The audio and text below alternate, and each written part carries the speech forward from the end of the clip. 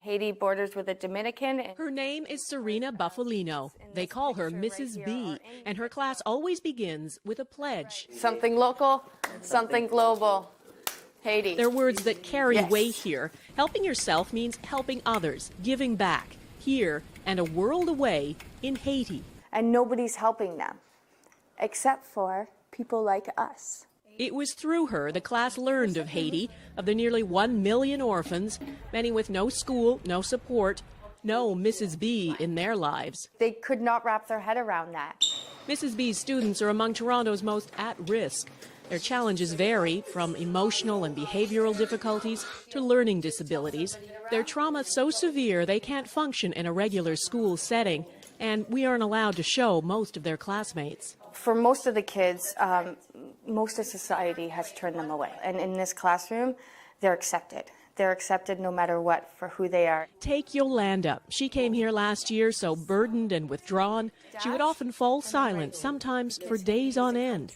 It was, she says, Mrs. B's patience, her quiet encouragement, that saved her. She actually saves people's lives from dangers. And perhaps that's why these marginalized kids feel such a kinship with the orphans of Haiti, and why they were moved to act. And so when Yolanda and Jackie and Patrick said, well, Miss B, we need to build them a school. Build a school. No easy task. They started out raising money. They sold samosas, washed cars, screened movies, you name it. And in just a few months, this little class raised $20,000.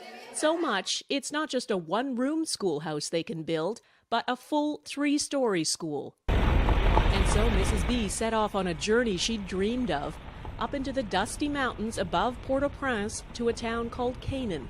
It's home to thousands of earthquake refugees who live with no running water, no electricity, and no school, until now.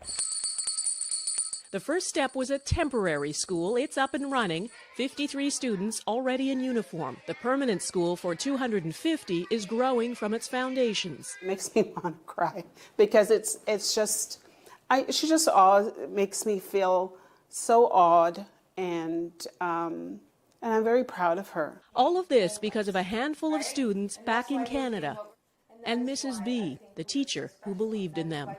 These are for you. At another fundraiser, a special tribute to the students, accepted by someone who, without Mrs. B, might not be here. They believe in me and I believe in them, and together we not only change our lives, but we change the world around us. For inspiring great things and seeing the potential in everyone, Serena Buffalino is this week's Everyday Hero.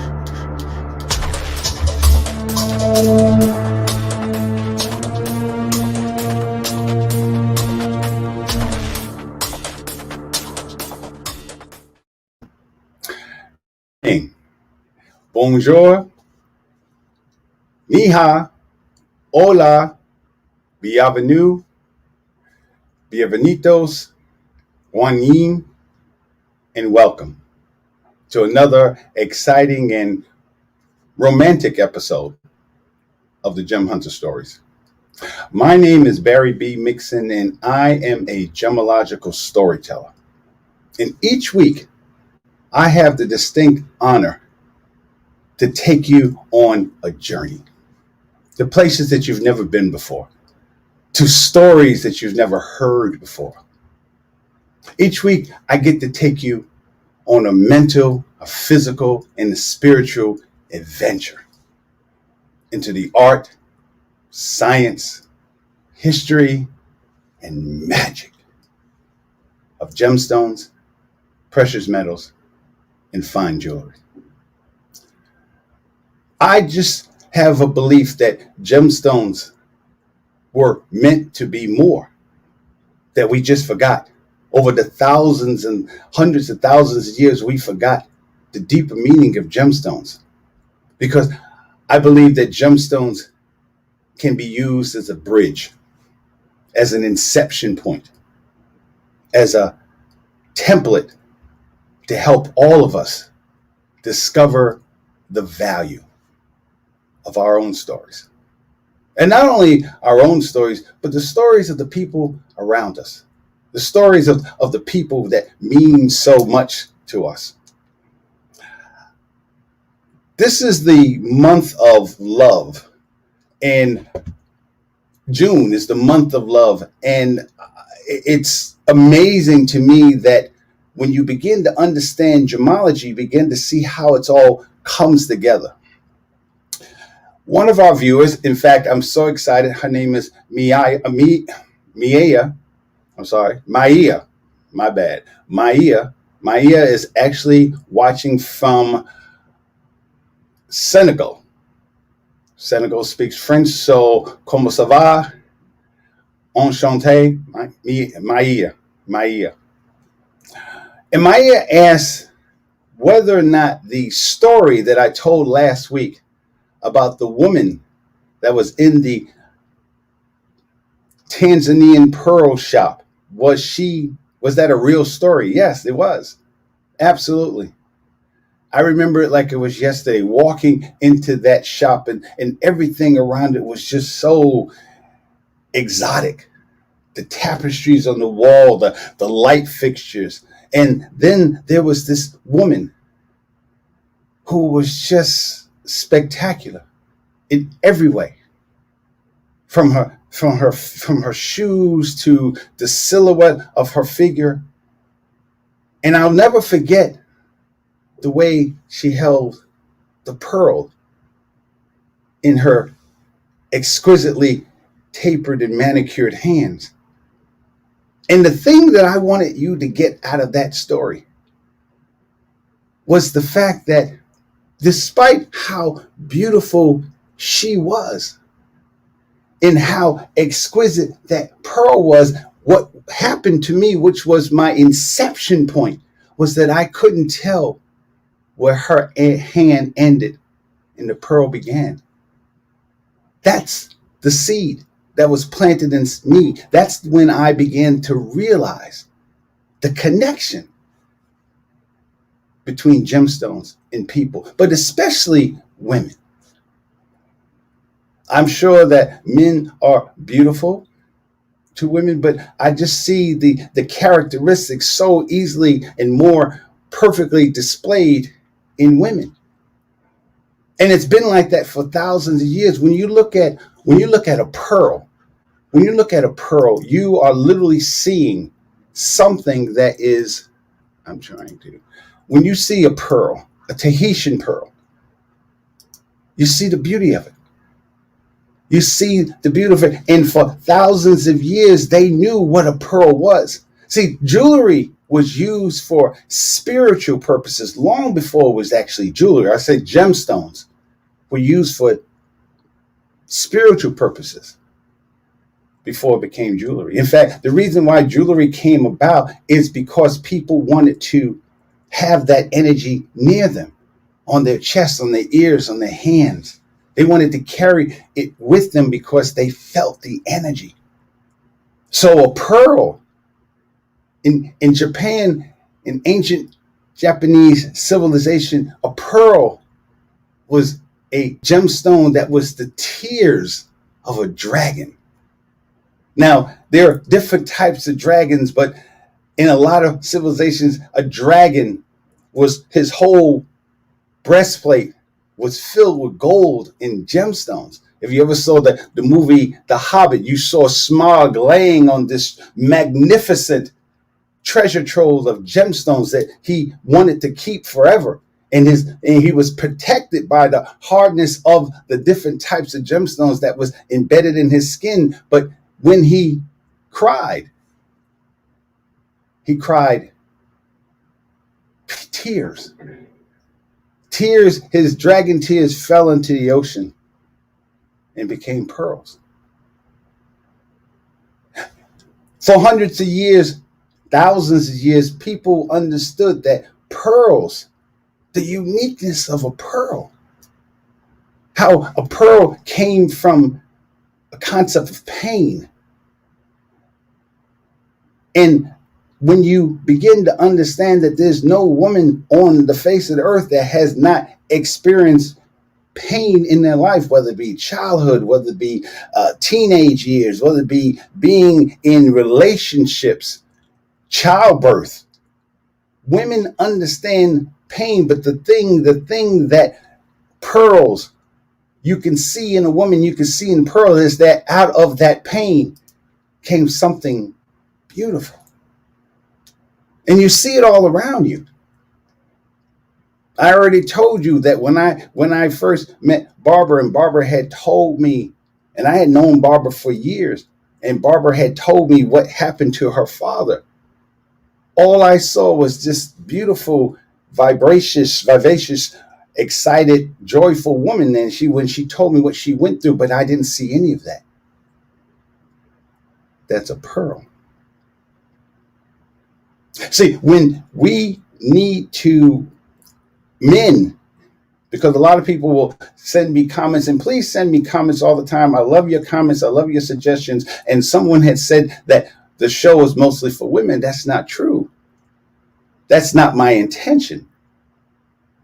What I want you to get out of each week in the different types of jewelry that I cover, I want you to understand that women are gemstones. I want women to understand their power, their value, because the same characteristics that you see in a gemstone, you see in women. I experienced that the first time when I saw that woman in that pearl shop. And I've been seeing it ever since. And because the universe is so wise, the universe made two, or really three versions of that, but two clear versions of that. First, God, who's a woman, as far as I'm concerned, I told you a long time ago that I believe that God made gemstones first as practice before she made women. When you see what a pearl can do, when you see the color, the smoothness of a pearl's skin, the iridescence. Remember, the woman in the store held that pearl, that Tahitian pearl, just like you're looking at right now. She held it in her hand and she said, just follow the light. Follow the light. And as I watched the pearl revolve around that table, all I saw was light. With each revolution. And when it stopped, almost at the exact same place, she held it up in her hand and said the words that I still remember so clearly. Voila. That is it. That is what a pearl is. When you give a woman a piece of jewelry, you have to understand what it is. What is the relationship of that gemstone to the woman that you're presenting that jewelry to. Pearls are it's a feminine stone. Pearls come from the evolution, the manifestation of a male mollusk changing genders to become a female. And out of that female experience, when that mollusk, when that oyster receives that bacterial infection, that parasitic infection into the sex organs of that pearl, out of that pain, out of that urinary tract infection, for all intents and purposes, that oyster created something beautiful, which we call pearls. Pearls, and that's the organic side of the house. That is the gemstone that comes from life. And so when a woman wears pearls on her skin, she is feeling a part of herself because she understands from a molecular point of view the way that pearl feels, the weight of it on her earlobes, because it has a feminine power to it. She understands she is empowered by wearing those pearls. That's why a lot of cultures, I know in the African American culture, women were presented with pearls upon graduation or the 16th birthday, because a pearl meant that you've crossed the line. You've become a woman. You've become this beautiful thing. So when a woman wears pearls, especially, she sees herself. What men have to understand is that if you understand that she is a gemstone, then you have to care for her. You have to care for her. And I have wonderful, and because I'm a scientist, I have examples. I have examples of that. I found out this is the month of love, June, and I found that there's 3 people in my life who are experiencing the power of love. One is my high school, oh my God, even further back than that. Stephen Favors and I, we grew up together. We were childhood friends, neighbors. Stephen Favors and his brothers lived right down the street, took a couple of houses down. And Stephen put on Facebook that he is getting engaged to this beautiful woman. Her name is Raynell, but her nickname is Rain. Rain, think about it. Her nickname is Rain. She is engaged in the month of June. And one of the symbols of June is a pearl. So, Stephen, my friend, you are dealing with a woman that has elemental attachments. Water is one of the elements. In fact, I believe that there should have been 5 elements: air, water, fire, earth, and women.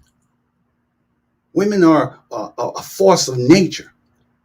So if you have a pearl in your life, my friend, you have to know how to care for a pearl.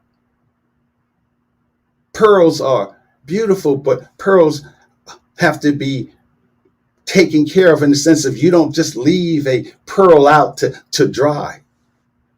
You have to keep understanding that that pearl comes from something of life. You have to make sure that she's cared for, that she's protected in a sense, that you have to provide a setting where her beauty and the luster of who she is comes out. And as you can see with Tahitian pearl, you only need one. That pearl that woman held in her hand was $100,000 for just one. I have another example of someone that's even closer. Stephen lives in, I think he lives in Arizona. But my other example lives right here in Chicago. Someone who I've known for a while through my business partner, Cosette. Her name is Susan Laws. And Susan is a wonderful I would say hairdresser, but she is a hair designer, a master designer. She has never been able to do anything with me, but I've seen her work. And what happens with gemstones, you begin to see it in different directions, different embodiments. So not only is Susan a gem, but she has found, because she is a gem, she has found her knight. Her knight is Robert. And back in the old days, knights were the ones that would bring the gemstone home. And my Cosette had designed a beautiful diamond ring to give to his queen. And because I know Robin, and we just talked about it, as a romantic guy, he presented it to her in a way that only a knight can. If you remember the story of the first engagement ring, Maximilian the First was actually a knight. So what Robin has continued the process and the legacy of how do you take care of a queen? How do you honor a queen? You give a queen something that shows who she is a representation of who she is. And that's what Robert did. And then you have men who are wise enough and smart enough to understand that they have a pearl. See, a lot of men understand that they have a beautiful gemstone in their possession in the beginning, but they don't understand what it is. They stop caring for it. They forgot that it is a beautiful gemstone. So I wanted to show you an example of what it looks like. I have a friend who I went to high school with, and because of some of the trauma that I went through in high school, I really don't remember anybody in high school, but I certainly didn't remember Annette. I re-engaged with Annette during our 40th high school reunion, and for some reason, I didn't remember Annette, but Annette remembered me. Annette remembered my story. And since that day, a couple of years ago, we had the reunion. Annette has been a wonderful friend, and Annette is definitely a gem. And because she loves pearls, but because she lives in the Southwest, we're going to discover what kind of gem is her. But I wanted to show you what happens when you care for a gem. And then met Robert in 1995. Here's Annette. In 1995, July of 1995, I'm not psychic. I got it from Facebook. Notice the smile. Notice the smile. Notice the beauty of this gem, my friend Annette. And then years later, you see how that smile still continues to be on her face. And then I don't think there's an accident that she is standing there with Robert, smiling, both of them smiling, with the setting sun in an ocean. That's how you take care of a pearl. Here's years later, something a little bit more recent. Notice the smile is still there. Notice the fun, the adventure, the love is still there. That's how you take care of a gem. And I say congratulations to all three of you for what you have done, what you're going to do, and the life that you're going to have together, because you represent the things that I talk about when I say that there's a connection. It's a bridge between gemstones and women.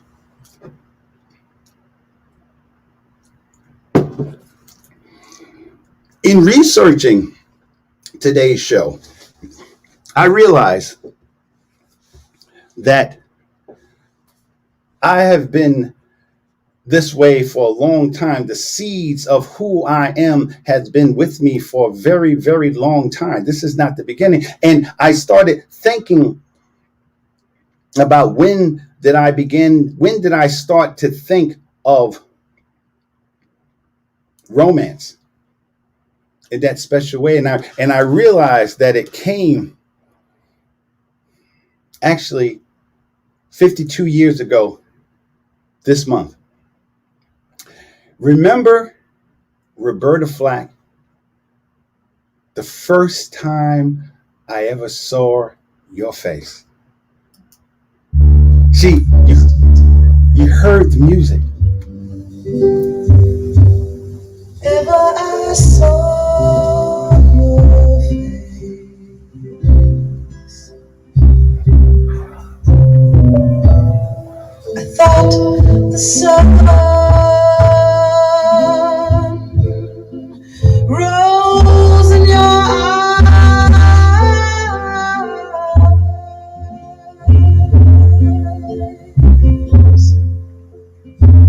and the moon and the stars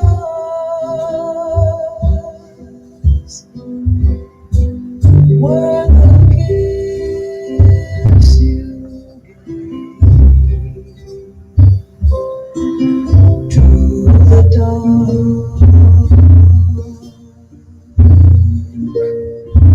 and the end of the skies.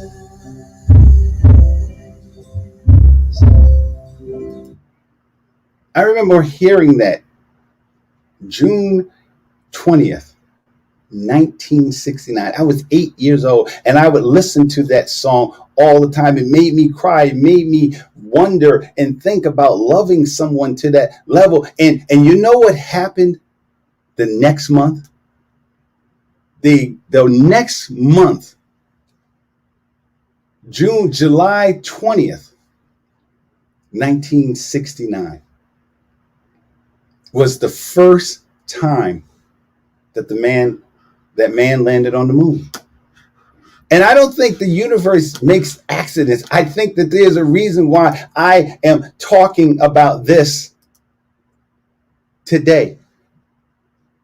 June 16th, 2021. Because today, this is the month of June. This is the month of love. And June has 3 gemstones. We have pearls, and we talked about what a pearl is. You have alexandrite, which I can't wait to talk about next week. And then we have moonstones. A moonstone. Moonstones are, like a lot of things, are not really valued to the way they used to be valued. You have to think about what a moonstone is, how special. As I always say, nothing has value without a story. Moonstones are actually not, it's a class of gemstones. It fits under the class of what's called a feldspar. Feldspar is the most abundant mineral on Earth. Feldspar is everywhere. But a moonstone, which is basically potassium aluminum silicate. And I tell you the chemical composition of that because I want you to see, as each and every week we talk about gemstones, I want you to understand that this is not just a metaphysical thing. I want you to make the comparison or see the comparison between women and gemstones on a molecular level. If a moonstone, in this case, is made up of potassium aluminum silicate, and it has value, then anything else that's made of that same substance or more has to have a similar value. So if this has 3 or 4 elements to it, then imagine how many elements are in the woman that you love. And as I say, women, that is my relationship. That is the way I see beauty. Please feel free to draw a line and add whoever is beautiful to you, because they are still made up of molecules in a particular molecular structure, and that structure does something to you. Because a moonstone is considered, it's not even just a regular gemstone. A moonstone is considered a phenomenal stone. It's a phenomenal stone because there's gemstones and there's phenomenal gems. And phenomenal gems are gemstones that do something that is different than any other gemstone. A moonstone has a quality, a characteristic, which is called, the English word, the pronunciation is called adolescence. And I don't like the way the English say, I like the way the French go, adolescence. It just flows, because when you think about what a moonstone does, a moonstone is different layers of feldspar. Remember that common mineral. Feldspar is everywhere, but it takes a specific environment, a specific situation to make two different types of feldspar line up together in such a way that when the light hits it, it creates a reaction. There's a flow of light that you see.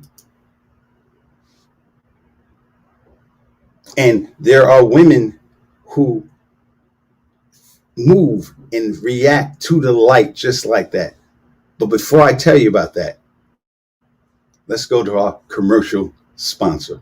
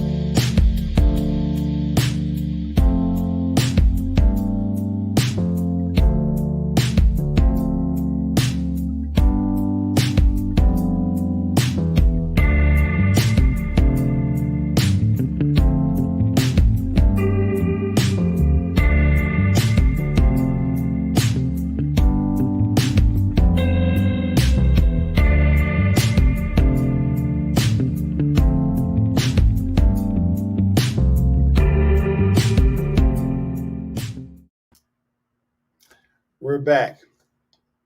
We were talking about moonstone, and I want you to understand that this phenomenal gem, the word is adolescence, which means the way the light hits that gemstone, the light seems to follow it along. Moonstones come in a variety of different colors, but the ones that are highly valued are the ones that remind the viewer of the sun, of the moon. Look at this picture. In fact, let's go back. Let's think about that moment, that day, because we've all experienced that moment when you sat on that beach in that park. You were standing there looking at this beautiful woman. The sound of the environment just fit into, it was almost as if it was a stage, and God had provided the light. And you felt that emotion because the moon is a feminine body. Ancient cultures used to create deities just for the moon. There was actually a lunar calendar. And the ancient Romans thought that a moonstone was the embodiment of moonlight. Think about it. They understood the power of the moon, so it was easy for in their minds to attribute that power coming from the moon. They didn't know how many thousands of miles away it was. They didn't understand physics or space travel, things like this, but they understood the power of the moon. And they said that the light from the moon, when it came down to earth, that it solidified. It solidified into a crystalline structure. And what you see when you look at moonstone is the billowing of the light, that blue light that travels through a moonstone. People, I believe the connections with moonstone is the sense for women. A moonstone was the gemstone of the goddess, the keeper of the feminine mystique. Every woman knows. And if you're a man, if you've been with a mom, sister, your wife, girlfriend, you understand that in every woman, there is a mystique. There is something special, something unique about that woman. Something that her energy, when you hold her in your arms, when you look into her eyes, the way she moves across the room, that there's something about that woman. Just like feldspar, there are thousands, there are billions, there are millions of women. Half the earth are filled with women, feldspar. But for you, Robert, and Stephen, you have found that specific molecular structure that works for you. That's what makes the similarities and the relationships between the bridge between women and gemstones, or people in gemstone. Because a moonstone wasn't just a gemstone for women. A moonstone, the power of that beam of light solidifying into something that you could hold in your hand, wear on your neck, that gave that same feminine power that same feminine power allowed men, gives men the power to get into their feminine side, to get into what makes them special. And it is a wholeness to that, to be able to live on both sides. I think it's easier when you as a man understand the other side. I remember when one of the ways my mother taught me these things is she would drag me around the supermarket, Macy's. I'm talking about the big Macy's, 34th Street Macy's. And it was almost like an excursion. And we would be there for hours. And when I was, and I'm talking about maybe 6, 7 years old, my mother would drag me around and tell me, sit there and wait for her to go and look for everything. And I would see men around me just standing there, sitting there looking like they're going to go to the death camp of Bataan. And I realized back then that I didn't want to look like that. They looked horrible. So what I did was I got into what my mother was into. I learned what made her think, how she ticked, what kind of styles, what kind of, and that's what we have to do as men. This show is not just for women. I want women to understand that women are gemstones. I want you to see yourself as a gemstone, but I want guys to understand is if you understand that that woman is a gemstone, then you have to appreciate it. You have to appreciate her. If you thought that she was a ruby, a sapphire, a moonstone, a pearl when you met her, then she hasn't lost her qualities. Maybe you don't like that anymore, but just care for it so someone else who can feel and appreciate the gemstone that she is. That's what we have to do. Gem identification. And the challenging part, and this is coming from, and I'm not an expert, but I've just been around women my whole entire life. The challenging part, I believe, with being a gemologist or being a man around women is that when you're a gemologist, you have to figure out what type of gemstone you're working with. You have to look at the characteristics. Remember, we talked about the attributes of beauty, rarity, beauty, desirability, durability, and value. I have to look at microscopes and loupes to look at what that gemstone is, and I can figure it out. There's different characteristics. A pearl has 7 different value factors. And I put those all together and it becomes a pearl. And I realize that it's a diamond or a ruby or a moonstone. The challenge is that's not how women work. Women have the characteristics of a variety of different gemstones of what makes women truly different. And women understand that they can be any type of gemstone they want at that time.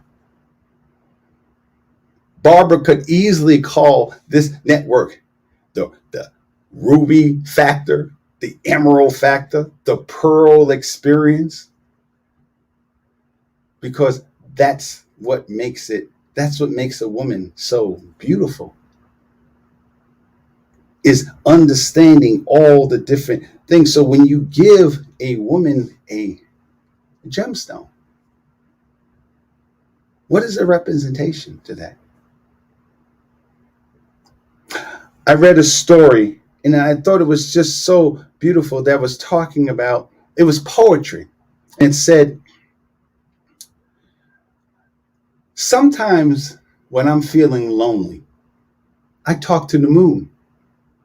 She tells me about stories about the sun and the stars, and she loves both of them. She's so proud of the sun and the stars, and she goes on, and I always listen so intently.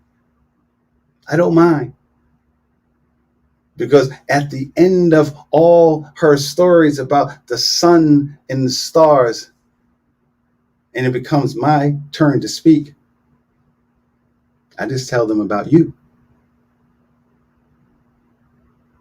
Think about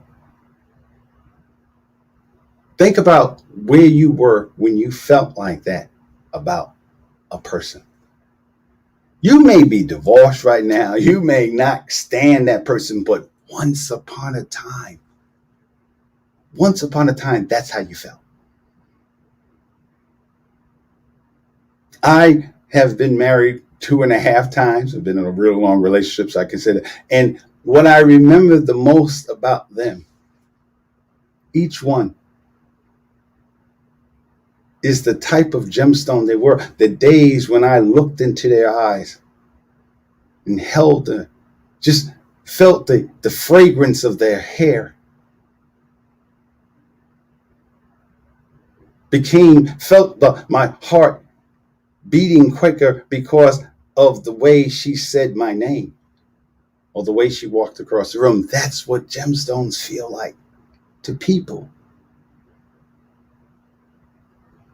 For thousands of years, the most magical thing about gemstones is the fact that we live in a world, as I think I've said before, where everybody is different. Everybody has all different kinds of views. I'm Republican, I'm Democrat, I'm independent, I'm male, I'm female, I'm gay, I'm straight. But gemstones are universally beautiful. Gemstones make a person, is the representation of what you feel about that person, of understanding who that person is. And the more you understand gem identification, the more you understand what type of gemstone that you have in your line of sight. That gemstone that you come home to every day. That beautiful, exquisite, rare, beautiful, durable gemstone that Robert had with Annette 26 years, and they still look like this. 26 years. So I am so happy to see my friend Stephen find his rain. Find his rain. Find his pearl. The woman that makes him feel. As moonstones allow you to have clairvoyance. The ancients said that if you take a moonstone and put a moonstone in your mouth, that both of you would be able to see the future of not only the future of yourself, but the future of your relationship. And the fact that these stories have existed for thousands of years, and these stories exist in different cultures. It wasn't just Japanese people who like pearls or moonstones. For people of Indian descent, a moonstone was something that was sacred. You give it to that couple as a wedding gift, as the combining of their forces on a spiritual level. That's what a moonstone is. A moonstone and the relationship that it has with the moon means that when you are in love with someone, that no matter where you are on the planet, you can connect every time you look at the moon. Every time you look at the moon, you know that the person that you love is right there looking at it the same time as you. Gemstones were the original cell phones, the original emails, the original chat, because that's how people were connected. That's why they were valued. That's why they were treasured and honored on that level. I think earlier shows we talked about different women who were married or engaged, God knows how many times, and they were given exquisite gemstones because that gemstone coming from that man was supposed to represent them, but at the same time, the relationship never happened because there wasn't an understanding of You understood the gemstone. You understood how much that gemstone cost, but you didn't understand because you understood the characteristics of that gemstone. So when the guy said $25 million, you was like, okay. But you didn't understand the gemstone that you had at your home. You didn't understand what made her special. Why does the light travel, reflect? Why does she interact with the light in that way that captivated you, that made you feel different? When you heard Roberta Flack sing that, I thought you gave in the moon and the sun. The moon and the stars was the gift you gave. Imagine what she had to feel like to write that song. To feel that song. That song came out 1969, 52 years ago. And yet here it is today. I can play that song and you can go back in time and remember. Not only that, when you heard that song, but what that song felt like to you. That's what jewelry is. That's what gemstones are. Gemstones are that time machine. Gemstones are that symbol. Look at your homework assignment. Your homework assignment is to go back in your jewelry box and look at the type of gemstones that you have. What does it mean to you? What do those gemstones mean when you receive them, when you put them on your hand, when you put them on your neck, when he gave you those earrings and said, hey, baby, what do they mean? And if you're not where you were when you received those gifts, maybe an exercise could be, how did I feel then? What was the story of you and your loved one then? And what is the story now? That's what I have to do when I appraise a gemstone. Where is it? What is it? How was it cared for? Who, you don't own a person, but who had the pleasure of wearing it?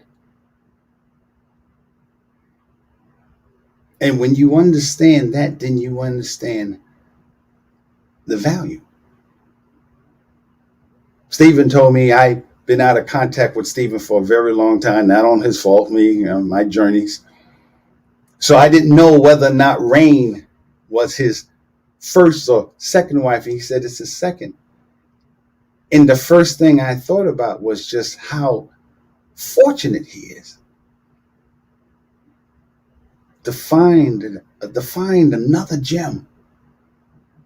To find another gem in his life. Stephen and I are pretty much the same age. Maybe he's a year younger than I am. I'm 60.